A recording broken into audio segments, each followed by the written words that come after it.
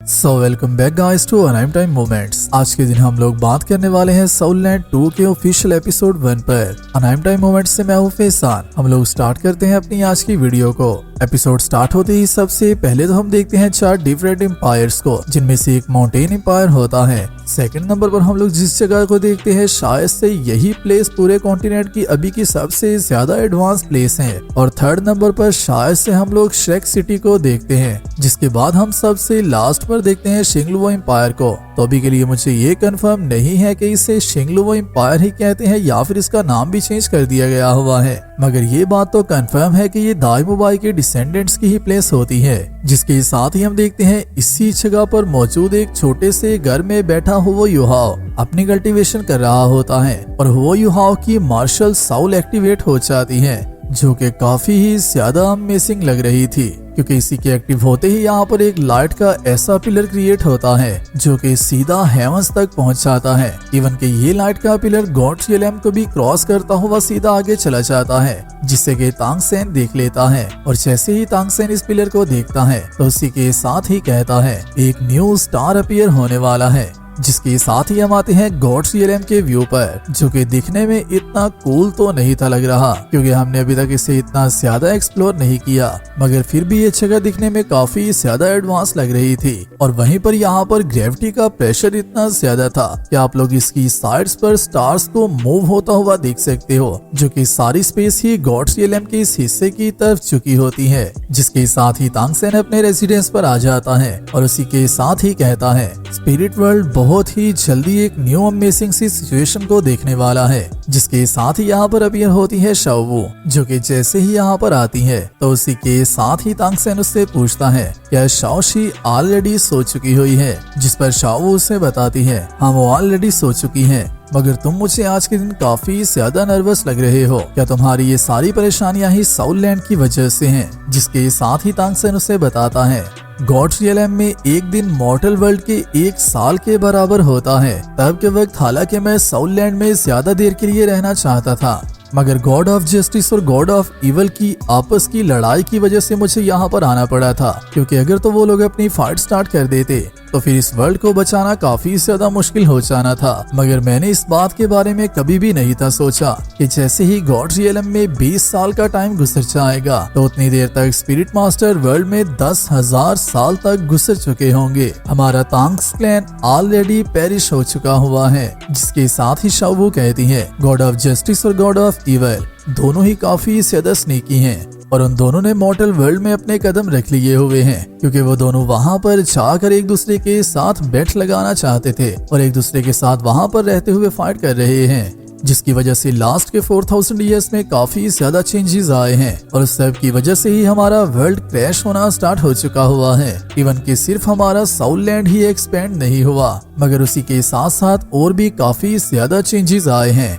जैसे ही मैं God realm में आ गया था तो उसके बाद मैं मॉर्टल वर्ल्ड पर रूल नहीं था कर सकता। उसके बाद मैं सिर्फ एक ऑब्जर्वर बनकर रह सकता था। ना तो मैं मॉर्टल्स के किसी भी काम में हिस्सा ले सकता था, ना ही मैं उन्हें किसी काम से रोक सकता था और ना ही अपनी मर्जी का कोई भी फैसला करवा सकता था। जिसकी वजह से मैंने tens of thousands of years तक के लिए सोल लैंड में होते सारे चेंजेस को देखा है। आज से 4000 साल पहले रियो वर्ल्ड, जो के वेस्ट से बिलोंग करता है, वो सोल लैंड में एंटर हो गए थे। रियो एम्पायर, जो के रियो वर्ल्ड में मौजूद था, उसने आते ही सोल लैंड के साथ अपने डायरेक्ट वॉर को स्टार्ट कर दिया था। हालांकि सोल लैंड की आर्मी, जिसके पास मैक्सिममली तांग्स क्लैन के हिडन वेपन ही मौजूद थे, वो भी बहुत ही ज्यादा आसानी से रियो एम्पायर से हार गए थे। आज से 10,000 साल पहले सोल लैंड में सिर्फ 2 ही एम्पायर हुआ करते थे, जिनमें से एक का नाम टियानडुओ एम्पायर और एक का नाम शिंगलुओ एम्पायर था। मगर आज के दिन 10,000 साल के बाद अभी के लिए हमारा पूरा सोल लैंड 4 डिफरेंट एम्पायर्स में डिवाइड हो चुका हुआ है, जिनमें से एक का नाम टियानहोन, 2 लिंग, रियो और शिंगलुओ एम्पायर हैं। मगर अभी भी इन सब की फाइट नहीं रुकती। ये लोग किसी न किसी बात पर हमेशा ही लड़ते रहते हैं। और रही बात हमारे तांग्स क्लैन की, तो इन्हीं फाइट्स की वजह से ही हमारा तांग्स क्लैन भी काफी देर पहले ही डाउन आना स्टार्ट हो चुका हुआ था। और उसके बाद 4000 साल तक के इवेंट्स गुजरने के बाद हमारा तांग्स क्लैन ऑलरेडी डिसअपियर हो चुका हुआ है। हालांकि मैं गॉड्स का किंग हूँ, मगर फिर भी मैं तांगसेन को इस तरह से पेरिश होता हुआ नहीं देख सकता। जिन सब बातों पर तांगसेन काफी ज्यादा परेशान होता है, मगर उसी के साथ ही शाओवू उससे कहती है तुम्हें ज्यादा परेशान होने की जरूरत नहीं है। अगर तो बात की जाए तो तांगसेन की सारी प्रोग्रेस और उनके डाउन जाने की भी सारी रीजन के पीछे उन सब की अपनी स्ट्रगल है। जिसके साथ ही तांगसेन कहता है हाँ ये बात भी सच है, क्योंकि तांगसेन को मैंने ही क्रिएट किया था और जबकि मैं ही वहीं पर नहीं था तो उसे मेरे से ज्यादा अच्छे से कोई भी रूल नहीं था कर सकता। मगर अभी भी मैं इस तरह से तांगसेन को कभी भी डिसअपियर नहीं होने दूंगा। और उसी के साथ ही साथ मुझे ऐसा फील हुआ है कि साउथ लैंड में एक न्यू स्टार अपीयर हो चुका हुआ है, जो कि हमारे तांगसेन के काफी ज्यादा क्लोज भी है। जो सुनते ही शाओवू भी काफी ज्यादा शॉक होती है और उसी के साथ ही कहती है आखिरकार ये कौन सा न्यू स्टार है। जिस पर तांगसेन उसे बताता है मैंने उसकी किस्मत को देखने की कोशिश तो की थी, मगर मैं भी उसे अच्छे से नहीं देख पाया, जो कि मुझे काफी ज्यादा मिस्टीरियस लग रहा था। जो बातें करते हुए तांगसेन और शाओवू यहाँ से चले जाते हैं, मगर वहीं पर हम लोग यहाँ पर बैठा हुआ देखते हैं तांग वुतोंग को, जिसके यहाँ पर बैठने की रीजन मुझे समझ में नहीं थी आ रही। हालांकि तांगसेन जिसने अभी अभी ही अपने मुंह से ये कहा है कि मैं किंग ऑफ गॉड्स हूँ, तो फिर तांगसेन जो कि यहाँ पर बात कर रहा था उसे इस बात का पता भी नहीं चला कि उसका चाइल्ड उसे स्काउट कर रहा है, या फिर तांगसेन ने खुद ही इसे इग्नोर किया है और तांगसेन ऐसा ही चाहता है कि तांग वुतोंग उसे स्काउट कर पाए। मगर जो भी हो इस बात की रीजन मौजूद नहीं थी, जिससे मैं इस बात पर काफी ज्यादा क्यूरियस हो रहा था। मैं अक्सर ही अपने पेरेंट्स को साउथ लैंड के बारे में बात करता हुआ सुनती हूँ। शायद से ये काफी ज्यादा अमेजिंग जगह हो सकती है, जिसके साथ ही तांग वुतोंग भी शायद से ही नेक्स्ट प्लेस के लिए निकल पड़ती है, जो कि डेफिनेटली साउथ लैंड होने वाली है। जिसके साथ ही हम देखते हैं शिंगलो एम्पायर को, जहाँ पर हम लोग व्हाइट टाइगर के काफी बड़े मेंशन को देखते हैं और वहीं पर हम लोग देखते हैं युहाओ के फादर को, जिसकी पिक्चर देख देख कर मैं तो सच में थक चुका हूँ, क्योंकि वीडियो में इतनी प्रमोशन हमें युहाओ या फिर और किसी की देखने को नहीं मिली जितने की उसके फादर की प्रमोशन हम सब ने देख ली है। जिसके साथ ही हम नेक्स्ट व्यू में देखते हैं दो गार्ड्स जो कि अपनी पेट्रोलिंग करने के लिए निकले होते हैं। उनमें से एक गार्ड दूसरे को कहता है हमारे बाकी सारे कोलीग्स ने हमें सुबह सुबह ही पेट्रोलिंग पर भेज दिया है, मगर उसी के साथ ही उसका फ्रेंड उसे यहाँ से जल्दी जल्दी फ्री होकर जाने का कहता है। और जैसे ही ये दोनों पेट्रोलिंग कर रहे होते हैं तो उसी के साथ ही ये गार्ड्स युहाओ को उस टाइगर के स्टैचू के सामने खड़ा देखते हैं, जो देखते ही भागते हुए ये लोग यहाँ पर आ जाते हैं और आते ही युहाओ से पूछते हैं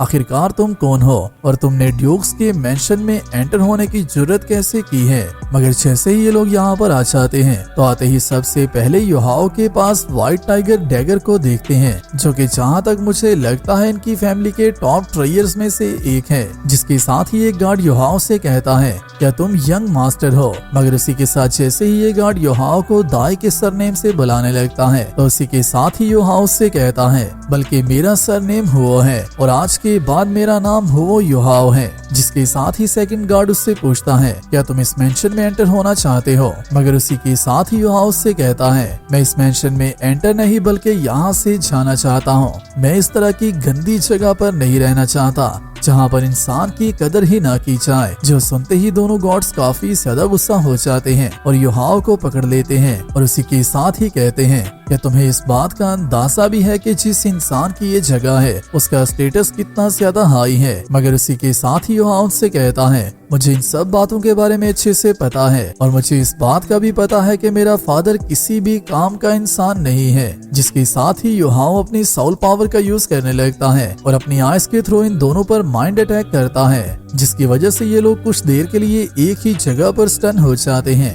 मगर जैसे ही ये लोग दोबारा से होश में आते हैं तो तब तक युहाओ यहाँ से जा चुका होता है। जिसे देखते ही एक गार्ड कहता है आखिरकार लिटिल यंग मास्टर कहाँ पर गए हैं। मगर उसी के साथ ही सेकंड गार्ड उससे कहता है क्या तुम अभी भी उसे लिटिल यंग मास्टर बुला रहे हो।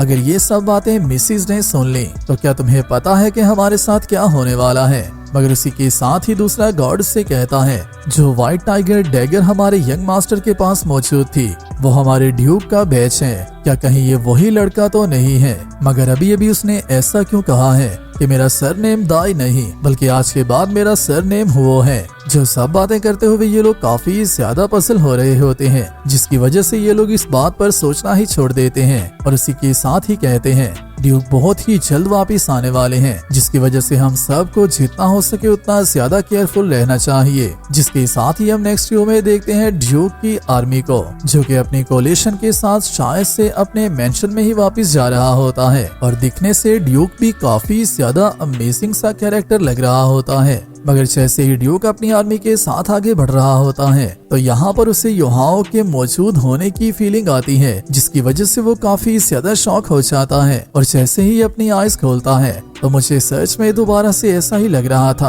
कि शायद से तांगसेन अपनी फाइनल फॉर्म में यहाँ पर आ चुका है। जिसके साथ ही हम देखते हैं जैसे ही ड्यूक की आर्मी और इसके सारे सोल्जर्स यहाँ से गुजर जाते हैं और ड्यूक भी यहाँ से गुजर जाता है, तो उसी के साथ ही युहाओ उसी ट्री के पीछे से बाहर निकल आता है। और उसी के साथ ही हम लोग देखते हैं युहाओ के गुजरे सारे टाइम को, जहाँ पर ड्यूक के उसके घर से जाने के बाद उनके घर में मौजूद मिसिज ने हो यूनार को अपने मेंशन से ही निकाल दिया था और उससे बाहर मौजूद क्वार्टर्स में रहने का कहा था, जहाँ पर सारे सोल्जर्स रहा करते हैं। जिसके साथ ही मिसिज दोबारा से यूनार से कहती है, तुम्हारे साथ साथ तुम्हारे बेटे को भी वहीं पर रहना होगा, आज के बाद तुम दोनों मुझे यहाँ पर नजर नहीं आओगे। जो सुनते ही यूनार अपने साथ युहाओ को लेकर चल पड़ती है। मगर वहीं पर उसी दिन से युहाओ को अपने फादर से नफरत हो चुकी होती है। जिसके साथ ही हम देखते हैं यूनार को, जो कि अपने जीने के लिए स्ट्रगल कर रही होती है, जहां पर वो बाकी सब लोगों से ज्यादा काम भी कर रही होती है और वहीं पर वो बीमार भी होती है। मगर यूनार आखिरकार कब तक अपनी बीमारी के साथ भी फाइट कर सकती थी। एक टाइम पर आकर यूनार अपनी डिजीज से हार जाती है और काम करते हुए ही गिर जाती है। जिसके साथ ही युहाओ अपनी मदर के पास आ जाता है। हालांकि युहाओ यहाँ पर हेल्प के लिए काफी ज्यादा कॉल देता है, मगर कोई भी उसकी बात सुनने के लिए नहीं आता। जिसके साथ ही हम नेक्स्ट वीडियो में देखते हैं यूनार को, जो कि अपने बेटे से अपने फाइनल वर्ड्स में कहती है, तुम्हें मेरे लिए रोने की जरूरत नहीं है, इस डैगर को हमेशा अपने साथ रखना, क्योंकि इस डैगर का नाम व्हाइट टाइगर डैगर है। तुम ड्यूक के बेटे हो, इस डैगर को अपने साथ ले जाओ और कुछ ना कुछ कर कर हमेशा ही जीते रहना। और इसी के साथ ही यूनार अपनी सारी सांसें मुकम्मल कर लेती है, जो कि आल्सो फर्स्ट एपिसोड में ही मिला हमें सबसे ज्यादा इमोशनल शॉक था, जिसके चाहते ही युहाओ सबसे ज्यादा सैड हो जाता है, क्योंकि अपनी मदर के साथ खेलने की एज में युहाओ अपनी मदर के लिए एक कब्र को खोद रहा होता है और अपनी माँ को उसमें दफनाता है। और उसी के साथ ही कहता है, मेरी स्पिरिट पावर लेवल 10 को रीच कर चुकी है और अभी के लिए मैं एक स्पिरिट रिंग हासिल करने के काबिल हूँ और आपको मेरे लिए परेशान होने की जरूरत नहीं है। मैं आज के बाद अपना ख्याल अच्छे से रखने वाला हूँ। मैं एक स्पिरिट मास्टर बनूंगा और एक ऐसा स्पिरिट मास्टर जिसका नाम पूरे कॉन्टिनेंट में जाना चाहेगा। जिसके साथ ही हम आते हैं युहाओ के अभी के व्यू पर, जो कि इसी मोटिवेशन को लेकर अपने साथ निकला होता है कि वो एक स्किल्ड स्पिरिट मास्टर बनने वाला है। जिसके साथ ही युहाओ कहता है, आज से 10 साल या फिर 20 साल या फिर 50 साल, चाहे मुझे कितना भी टाइम क्यों न लग जाए, मैं अपनी सारी लाइफ गुजरने तक हमेशा ही आपको जस्टिस लेकर देने की कोशिश करता रहूंगा। जिसके साथ ही युहाओ इस वर्ल्ड का सबसे ज्यादा अमेजिंग स्पिरिट मास्टर बनने के सफर पर निकलता है। और इसी के साथ ही हमारा पार्ट 1 यहीं पर कंप्लीट होता है। वीडियो अच्छी लगी है, वीडियो को लाइक कर दो। और सोल लैंड 2 की मांगा को मैं नेक्स्ट इन नॉवल पर अपलोड कर रहा हूँ, उसे आप लोग वहाँ पर जाकर नंबर बाय नंबर एपिसोड्स में देख सकते हो। उसे आप लोग वहाँ पर जाकर सारी डिटेल्स के साथ एपिसोड्स में देख सकते हो। मैं मिलता हूँ आप सबसे नेक्स्ट वीडियो में, तब तक अपना और अपने प्यारों का ख्याल रखियो।